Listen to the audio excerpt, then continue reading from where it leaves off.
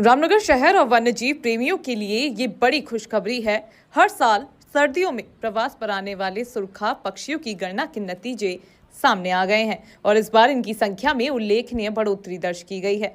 Corbett landscape से होकर बहने वाली कोसी नदी और विशेष रूप से कोसी बैराज रामनगर क्षेत्र में इस बार बड़ी संख्या में प्रवासी पक्षियों की मौजूदगी ने इलाके की शोभा बढ़ा दी है। उत्तराखंड में एशियन वाटर बर्ड सेंसस 2026 का आयोजन 18 जनवरी 2026 को कोसी बैराज रामनगर में सफलतापूर्वक संपन्न हुआ। ये सिटीजन साइंस अभियान वैश्विक स्तर पर होने वाले इंटरनेशनल वाटर बर्ड सेंसस का हिस्सा है। इस वर्ष ये अभियान 40वां एशियन वाटर बर्ड सेंसस और 60वां इंटरनेशनल वाटर बर्ड सेंसस के रूप में मनाया गया। इस गणना में पक्षी प्रेमियों, छात्रों, स्वयंसेवकों और वन विभाग के कर्मचारियों ने बढ़ चढ़कर भागीदारी की। आज सुबह तड़के शुरू हुई इस गणना के तहत उत्तराखंड भर में नदियों, झीलों और अन्य जल स्रोतों के आसपास रहने वाले स्थानीय और प्रवासी जलीय पक्षियों की गिनती की गई। इसी क्रम में कॉर्बेट लैंडस्केप की महत्वपूर्ण नदी कोसी में भी पक्षियों की पहचान और संख्या दर्ज की गई।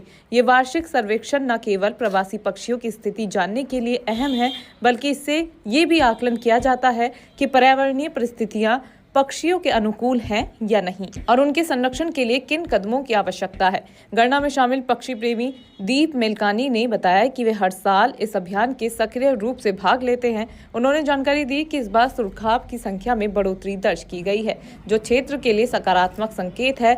साल 2025 की गणना में जहां 422 रूडी शेलडक दर्ज किए गए थे, वहीं 2026 में इनकी संख्या बढ़कर 486 पहुंच गई है। हालांकि कुछ अन्य प्रवासी पक्षियों की संख्या में कमी भी देखी गई है। आंकड़ों के अनुसार ब्लैक विंड स्टिल्ट 2025 में 15, जबकि 2026 में 10, कॉमन सैंड पाइपर 2025 में 2, 2026 में 1, कॉमन ग्रीन शैंक 2025 में 2, 2026 में 1, वूली नेक्ड स्टॉक 2025 में 2, 2026 में 1, लिटिल कॉमरेन 2025 में 53, 2026 में घटकर 25। वहीं दूसरी ओर ग्रेट कॉमरेन की संख्या 2025 में 36 के बढ़कर 2026 में 40 हो गई।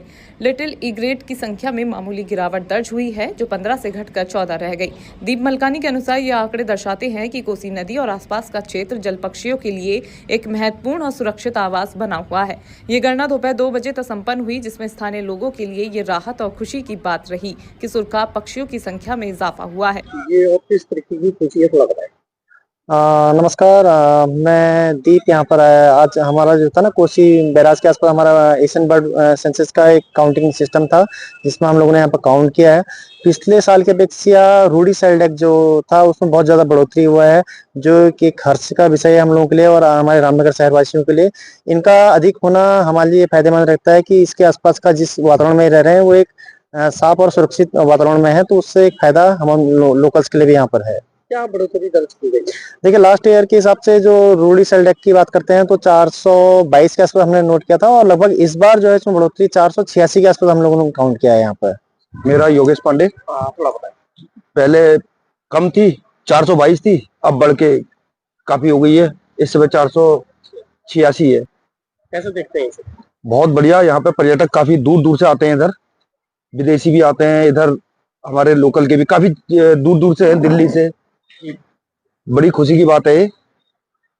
इस गणना में पक्षी विशेषज्ञ दीप मिल्कानी, हिमांशु तिरुवा, नितिन खाती, राजेंद्र कुमार, दीपक कुमार, प्रकाश चंद, राम किशन, प्रताप सिंह चमोला, पीयूष सती, गौरव सिंह पवार, हिमांशु पपने, चेतन सती, विनोद कुमार सहित वन विभाग से रेंज अधिकारी शेखर तिवारी, एसटीओ अंकित बडोला और अन्य वनकर्मी भी मौजूद रहे।